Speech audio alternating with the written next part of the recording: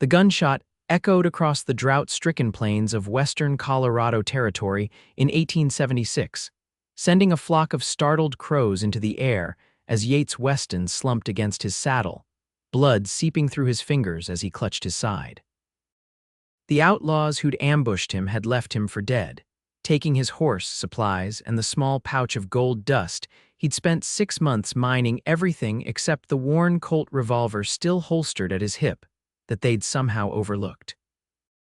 Pain lanced through Yates' body as he dragged himself toward the shadow of a rocky outcropping. The July sun beat down mercilessly, and he knew without water he'd be dead by nightfall. Darkness crept at the edges of his vision as he collapsed into the meager shade, his world narrowing to the rhythm of his labored breathing and the steady drip of crimson into the parched earth. "Not like this," he muttered through cracked lips, his voice a raw whisper in the empty landscape. He'd survived too much to die alone in this God-forsaken stretch of nowhere, the war between the states, the bitter Dakota winters, the Apache raid that took his partner at the gold claim. Each time death had come calling, Yates had slammed the door in its face. But now, as consciousness slipped away, he wondered if his luck had finally run out. The sound of wagon wheels grinding against rock pulled him back from the brink. A blurry figure jumped down from a cart and approached cautiously. "Good Lord," a woman's voice exclaimed. "Are you alive, mister?" Yates tried to speak, but his throat was too dry. He managed only a weak nod before darkness claimed him completely. When Yates opened his eyes, the first thing he noticed was a wooden ceiling instead of open sky. The second was that the searing pain in his side had dulled to a persistent throb. The third was the woman sitting beside his bed, a damp cloth in her hand. "Welcome back," she said, dipping the cloth in a basin of water. Her hair was the color of autumn wheat, pulled back in a practical braid, and her eyes were a startling green like the mountain lakes he'd seen up in the high country. "You've been out for nearly 2 days. Where?" His voice cracked, and she quickly offered him water from a tin cup. "My homestead," she answered, supporting his head as he drank. "About 15 miles east of Granite Springs. I'm Prudence Greene, but everyone calls me Prue." "Yates," he managed after draining the cup. "Yates Weston. Well, Mr. Weston, you're lucky to be alive." That bullet came mighty close to vital parts. He tried to sit up and immediately regretted it, falling back with a grunt of pain. "Don't be foolish," Prue admonished, pressing a firm hand to his shoulder. "That wound needs time to heal properly. I appreciate your help, madam, but I can't stay." The thought of remaining, of being indebted to a stranger, made his chest tighten. "I need to get after the men who shot me." "The only place you're going is back to sleep," she replied, her tone brooking no argument.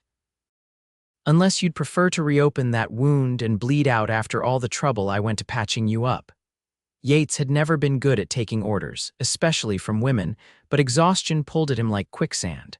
Against his will, his eyelids grew heavy. "Just until morning," he muttered, already drifting off. He thought he heard her chuckle softly before sleep claimed him once more. Morning came and went, and Yates found himself still bedridden in Prue Greene's spare room. The cabin was small but well-built, with 2 bedrooms, a main living area with a stone fireplace, and a kitchen with a cast-iron stove. Through the window, he could see a vegetable garden, a chicken coop, and a small barn beyond. "How long have you been out here alone?" he asked when Prue brought him a bowl of stew for his midday meal. "Going on 3 years now," she answered, helping him sit up against the pillows. "My husband Thomas died of pneumonia the first winter. Most folks thought I'd sell up and head back east, but this is my home now." Yates studied her as she spoke. She couldn't be more than 25, yet there was a quiet strength in the way she carried herself. Her hands, though feminine, were calloused from hard work. "It's no place for a woman on her own," he said before he could stop himself. Her eyes flashed. "I manage just fine, Mr. Weston. I've got 60 acres, 20 head of cattle, chickens that lay more eggs than I can eat, and a garden that keeps me fed year-round.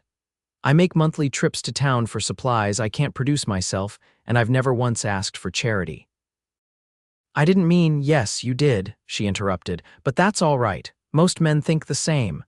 She handed him the bowl of stew. "Eat. You need your strength." As the days passed, Yates found himself reluctantly impressed by Prue Greene. She rose before dawn, tended her animals, worked her garden, chopped wood, and still found time to check his wound and change his bandages. When he was strong enough to move around, she allowed him to sit on the porch but firmly vetoed any notion of him helping with chores. "The last thing I need is you tearing open that wound and extending your stay," she said dryly when he offered to split logs for her. "Afraid you might grow fond of the company," he countered. "More afraid of the extra laundry," she shot back, but there was a hint of a smile playing at the corners of her mouth.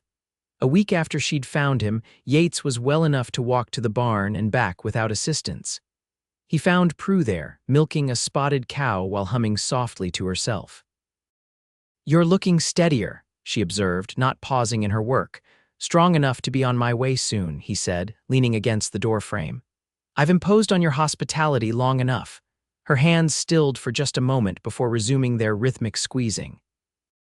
"You're welcome to stay until you're fully healed." "Why did you help me?" The question had been nagging at him. "You could have left me there or taken me to town. Why bring a bleeding stranger to your home?" Prue was quiet for a long moment, focusing on the milk streaming into the pail. Finally, she said, "My father was a doctor back in Pennsylvania. He taught me that we don't turn away from someone in need, no matter the inconvenience." She glanced up at him. "Besides, what kind of person would I be if I left a man to die when I had the means to help?" "A sensible one," Yates muttered. "I could have been dangerous," she laughed then, a sound as bright and unexpected as birdsong in winter. "Mr. Weston, you were barely conscious and had lost enough blood to fill a washtub. I dare say my chickens posed more threat than you did." Despite himself, Yates found a smile tugging at his lips. Fair enough. That evening, as they sat on the porch watching the sunset paint the sky in shades of orange and purple, Prue asked about the men who had shot him. "3 of them," Yates replied, his hand unconsciously moving to his healing wound. "They wanted my gold 6 months of backbreaking work panning streams up in the mountains. Will you go after them?" He nodded grimly. "As soon as I'm able. They're likely halfway to Denver by now, but I'll find them. And then I'll take back what's mine." Prue regarded him thoughtfully. "Even if it means killing them, if it comes to that." Yates met her gaze squarely. "I'm not a murderer, Miss Greene, but I believe in justice. Those men left me to die. There's a fine line between justice and vengeance, Mr. Weston. Sometimes there's no line at all." They fell silent, the growing darkness a buffer between them. Yates knew she disapproved, but he couldn't explain to her how many times he'd lost everything, how he'd learned the hard way that the only person he could rely on was himself. The gold wasn't just money, it was his chance to finally stop drifting, to build something permanent. The next morning, Yates woke to the sound of hoofbeats approaching the cabin. He reached instinctively for his gun, which Prue had returned to him days ago, and moved to the window. A lone rider was approaching a tall man with a sheriff's badge pinned to his vest. Prue emerged from the barn, wiping her hands on her apron as she went to meet him. Yates couldn't hear their conversation, but he saw the sheriff hand Prue a wanted poster. She studied it, then glanced back toward the cabin with a troubled expression. The sheriff followed her gaze, his hand moving to rest on his holstered pistol. Moving quickly despite his healing wound, Yates stepped onto the porch, his own gun visible but pointed at the ground. "Morning, Sheriff," he called, keeping his voice casual. "Something I can help you with." The lawman studied him warily. "Depends on who you are, friend." "Yates Weston. I've been recovering from an injury thanks to Miss Greene's kindness." "Sheriff Malcolm Barnes," the man replied. "I'm looking for 3 men who robbed the bank in Granite Springs 4 days ago. Shot the teller dead when he tried to raise the alarm." He held up the wanted poster. "Descriptions match the men Miss Greene says robbed you." Yates felt a surge of grim satisfaction. "They're wanted men, then. $500 reward for each, dead or alive." The sheriff's eyes narrowed. "You planning on collecting that reward yourself?" "I'm planning on getting my property back," Yates answered carefully. "The reward would be a bonus." Barnes dismounted, tying his horse to the hitching post. "Miss Greene tells me you're handy with that colt. I could use a deputy for this job, someone with personal stake in seeing these men brought to justice." "I work alone, Sheriff. So do most fools who end up dead." Barnes removed his hat, wiping sweat from his brow. "These men are dangerous. They've killed at least twice that we know of. Going after them alone would be suicide." Prue, who had remained silent during this exchange, finally spoke up. "Perhaps you gentlemen would like some coffee while you discuss this matter civilly." Her tone made it clear this wasn't a suggestion. Both men followed her into the cabin, an unspoken truce between them. Over coffee strong enough to stand a spoon in, Barnes laid out what he knew. The Harlow gang, 3 brothers who have been causing trouble from Kansas to Colorado. They're headed west, likely toward the mining camps where they can spend their ill-gotten gains without too many questions. "I know the mining camps," Yates said. "Spent the last 6 months in one. Then you know they're lawless places, perfect for men on the run." Barnes leaned forward. "I'm proposing a partnership, Weston. You help me track and capture these men, we split the reward, and you get your gold back if they still have it." Yates considered the offer. Working with the law wasn't his preference, but the prospect of facing 3 armed men alone wasn't appealing either, especially in his weakened state. 2 days, he finally said. "I need 2 more days to heal, then we ride," Barnes nodded. "I'll be back, and Weston. Don't get any ideas about going after them solo in the meantime." After the sheriff departed, Prue busied herself clearing away the coffee cups, her movements brisk and efficient. "You disapprove," Yates observed. "It's not my place to approve or disapprove of your choices, Mr. Weston." "But if it were," she paused, her back to him. "If it were, I'd say that violence begets violence, and vengeance rarely brings the peace we hope for. Sometimes justice is the only peace available." Prue turned to face him, her expression troubled. "And sometimes what we call justice is just another word for revenge," she sighed. "But I understand why you feel you must go. Just be careful. These men have already tried to kill you once." The concern in her voice caught him off guard. "I've survived worse." "That doesn't mean you need to keep testing your luck." She brushed past him, heading outside to continue her chores, leaving Yates to ponder her words. The 2 days passed quickly. Yates spent them regaining his strength, cleaning his gun, and helping with small tasks around the homestead despite Prue's protests. They fell into an easy routine, sharing meals and conversation that carefully avoided mention of his impending departure. On the evening before Sheriff Barnes was due to return, a summer storm rolled in from the mountains, bringing with it sheets of rain and spectacular lightning that illuminated the landscape in brief, brilliant flashes. Confined to the cabin, Yates and Prue sat before the fireplace, the crackle of burning wood a counterpoint to the thunder outside. Prue was mending one of his shirts, her needle flashing in the firelight, while Yates cleaned and oiled his saddle, which she had retrieved from where the outlaws had discarded it. "Tell me about your life before Colorado," Prue said suddenly, breaking the comfortable silence. Yates' hands stilled. "Not much to tell. I was born in Virginia, fought for the Confederacy, drifted west after the war. Family, none left." His tone discouraged further questions, but Prue persisted. "Everyone has a story, Mr. Weston. I've shared mine with you. Seems only fair you return the favor." Yates sighed, setting aside the saddle. "My father was a carpenter, taught me the trade before the war. My mother died when I was young. I had a brother, younger by 2 years. He didn't come back from Gettysburg." "I'm sorry," Prue said softly. "It was a long time ago." Yates stared into the fire. "After the war, there wasn't much left of our home. Union soldiers had burned most of it, and what remained." He shook his head. "I couldn't stay, too many ghosts." "So you've been wandering ever since." "Moving on," he corrected. "There's a difference, is there?" Prue's needle continued its steady path through the fabric. "Seems to me that whether you call it wandering or moving on, you're still running from something." Yates felt a flash of irritation.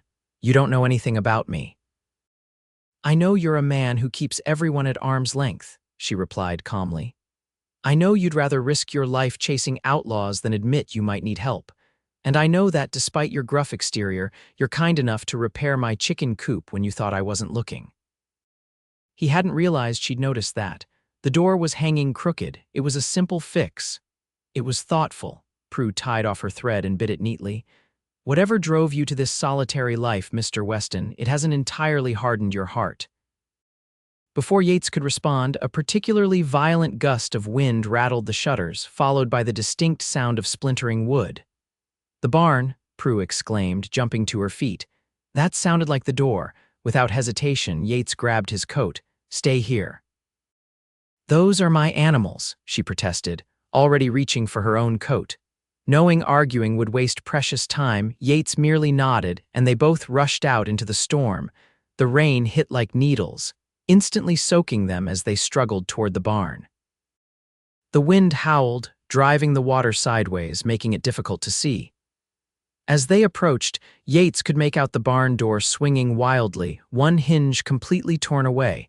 Inside, the animals were panicking.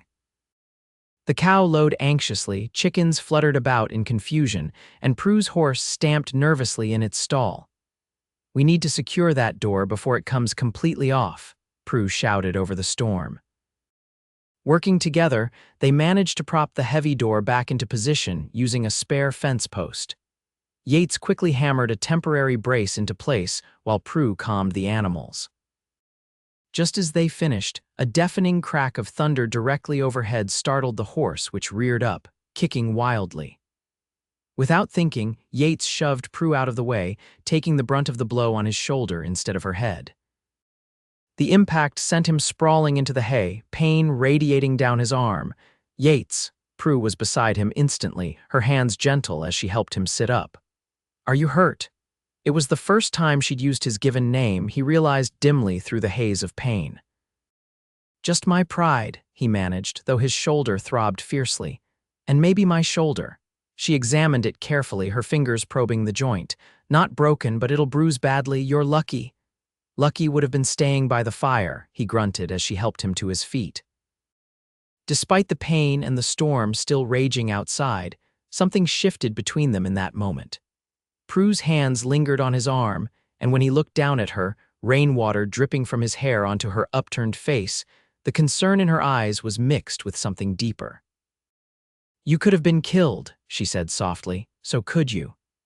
His voice was equally quiet despite the storm raging around them. For a heartbeat they stood frozen, the air between them charged with unspoken words. Then Prue stepped back, breaking the spell. "We should get back to the house before we both catch our death," she said briskly. Though a flush had risen to her cheeks that had nothing to do with exertion, they hurried back through the rain, which had mercifully begun to slacken. Inside, Prue insisted on checking his wound to ensure the exertion hadn't reopened it while Yates built up the fire. "It seems to be healing well," she said, her clinical tone at odds with the gentle way her fingers skimmed his skin. "You've been fortunate." "More than you know," he murmured, catching her hand as she withdrew it. Prue's eyes widened, but she didn't pull away. "Yates, thank you," he said simply, "for saving my life, for taking in a stranger when most would have ridden past. Anyone would have done the same." "No," he shook his head. "They wouldn't have, trust me on that." She slipped her hand from his grasp and busied herself putting away the medical supplies. "You should rest, the sheriff will be here tomorrow." Yates watched her move about the cabin, struck by how quickly he'd grown accustomed to her presence. The thought of leaving in the morning left an unexpected hollow feeling in his chest. "What if I didn't go?" The words escaped before he could consider them. Prue froze, her back to him. "What do you mean? What if I let the sheriff handle the Harlow gang? My shoulder's still healing and now I've bruised the other one." It was a weak excuse and they both knew it. She turned to face him, her expression carefully neutral. "And your gold can be replaced. Time can't." Yates took a step toward her. "These past 2 weeks, I haven't stayed in one place this long since before the war. And yet tomorrow you were planning to ride away without a backward glance. Plans change." "Do they?" Prue challenged, crossing her arms. "Or are you just saying what you think I want to hear?" The accusation stung, mostly because there was a grain of truth to it. "I don't know," he admitted. "All I know is that the thought of riding out tomorrow doesn't sit right anymore, because of a bruised shoulder, because of you." The words hung between them, impossible to take back. Prue's expression softened slightly, but she shook her head. "I won't be the reason you abandon what you feel you need to do. That's not a foundation for anything lasting. And if I decided that what I need isn't revenge or gold, but something else entirely?" Then you'd need to be very sure of that decision, she replied quietly, because I've already lost one man to this harsh country. I couldn't bear to invest my heart in another who might disappear with the next sunrise. With that, she retreated to her bedroom, leaving Yates alone with his thoughts and the dying fire. Morning brought clear skies and the arrival of Sheriff Barnes, right on schedule. He found Yates on the porch, coffee in hand, watching the sunrise. "Ready to ride?" Barnes asked, dismounting. "There's been a change of plan," Yates replied. "I'm not coming with you." The sheriff's eyebrows rose, getting cold feet. "No. Just realized some things are more important than gold or revenge." Yates set down his cup. "But I can give you information that might help likely trails, camps they might hole up in." Barnes studied him for a long moment, then nodded. "Seems Miss Greene has worked some kind of miracle on you, Weston. I've known men like you before, driven, solitary. They don't usually change course. Maybe I was tired of the path I was on, or maybe you found a better one." Barnes glanced toward the cabin. "She's a fine woman. Too good for most of the men around these parts." "Including me," Yates agreed. "That's for her to decide, I reckon." The sheriff accepted the map Yates had drawn, showing the locations of remote mining camps and trails the outlaws might use. "If I bring them in, I'll make sure your share of the reward finds its way back here." "Keep it," Yates said. "Consider it payment for doing what I should be doing myself." After Barnes departed, Yates found Prue in the garden, harvesting vegetables for the day's meals. She looked up as his shadow fell across her, her expression guarded. "The sheriff's gone," he said simply. "I saw." She straightened, brushing dirt from her hands. "Without you, without me," he confirmed. "Why?" Yates took a deep breath. "Because you were right. Vengeance won't bring me peace. It's just another way of running from the past, from connecting with people, from putting down roots. And your gold, if Barnes recovers it, fine. If not," he shrugged, "there's other ways to make a living." Prue regarded him skeptically. "Just like that, you've changed your mind about everything you've been planning." "Not everything," Yates said quietly. "Just the parts that don't matter as much as I thought they did." "And what does matter?" "This." He gestured to the homestead around them. "What you've built here. The life you've made, your strength, your kindness, your stubborn independence." He took a step closer. "You," Prue's expression softened, but uncertainty lingered in her eyes. "Yates, I won't be a way station in your journey west. If you stay now but leave when winter comes or when gold fever strikes again." "I won't," he interrupted. "I've spent 10 years drifting, Prue. I'm tired of having nowhere to belong, no one to care if I live or die. And you think you could belong here with me?" "I think I'd like to try." He reached for her hand, half expecting her to pull away. She didn't. "I'm not asking for promises, just a chance to prove that I can be more than a drifter with a grudge." Her fingers tightened around his. "What would you do here?" "What I was trained to do before the war, carpentry. Your barn needs proper repairs, not just the patch job we did last night. The cabin could use some work too, and I noticed Granite Springs is growing. They'll need builders." A smile tugged at the corners of her mouth. "You've given this some thought." "All night," he admitted. "I didn't sleep much." Prue studied his face as if searching for something. Whatever she saw there must have satisfied her, because she nodded slowly. "All right, Yates Weston, you can stay on a trial basis. We'll see if you're as good with a hammer and saw as you are with that Colt." Relief washed over him, followed by something that felt dangerously like happiness. "You won't regret it." "I better not," she warned, but her eyes were smiling. "Now make yourself useful and help me with these vegetables. If you're staying, you're working." "Yes, madam," he replied, smiling back. In the months that followed, Yates proved himself as good as his word. He repaired the barn, added a porch to the cabin, built furniture that Prue sold in town for extra income, and even constructed an irrigation system for her garden. Word of his skill spread, and soon he was taking commissions from neighboring homesteads and businesses in Granite Springs. Sheriff Barnes returned in late August with news that he'd captured the Harlow gang. 2 had died in the confrontation, but 1 survived to stand trial.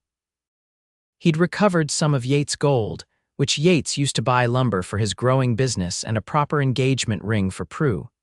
They were married that October, with the aspen trees blazing gold against the mountains. The ceremony was small, just a few neighbors, the sheriff, and the circuit preacher but filled with more joy than Yates had thought possible after so many years of solitude. That night, as they lay together in what was now their bed, Prue traced the scar on his side where the bullet had nearly taken his life. "Do you ever regret not going after them yourself?" she asked. Yates covered her hand with his own. "Not for a moment, even though you lost most of your gold." "I found something more valuable," he kissed her gently. "A home, a purpose, you," Prue smiled against his lips. "For a man who claimed to prefer solitude, you've become quite the romantic. Only with you," he murmured, "always with you." 5 years later, Yates stood on the porch of their expanded homestead, watching Prue chase their 3-year-old son through rows of corn while their infant daughter slept in a cradle nearby. The lumber business was thriving, the homestead had doubled in size, and Granite Springs had grown into a proper town where Yates now served on the town council. Sometimes, in quiet moments like this, he marveled at how differently his life might have turned out if 3 desperate men hadn't ambushed him on that dusty trail, if Prue hadn't found him bleeding in the dirt, if he hadn't chosen love over vengeance. "Papa." His son called, running toward him with arms outstretched. "Come play." Yates scooped the boy up, swinging him high as peals of laughter filled the air. Prue approached more slowly, her smile as bright as the day he'd first seen it. "What are you thinking about, looking so serious?" she asked, slipping her arm around his waist. "How lucky I am," he replied, pulling her close with his free arm, their son giggling between them. "How one bullet and one remarkable woman changed everything. For the better, I hope," she teased. Yates looked at his family, at the home they'd built together, at the life he'd once thought impossible for a man with so many ghosts. "For the better," he agreed, his heart full. "Infinitely better."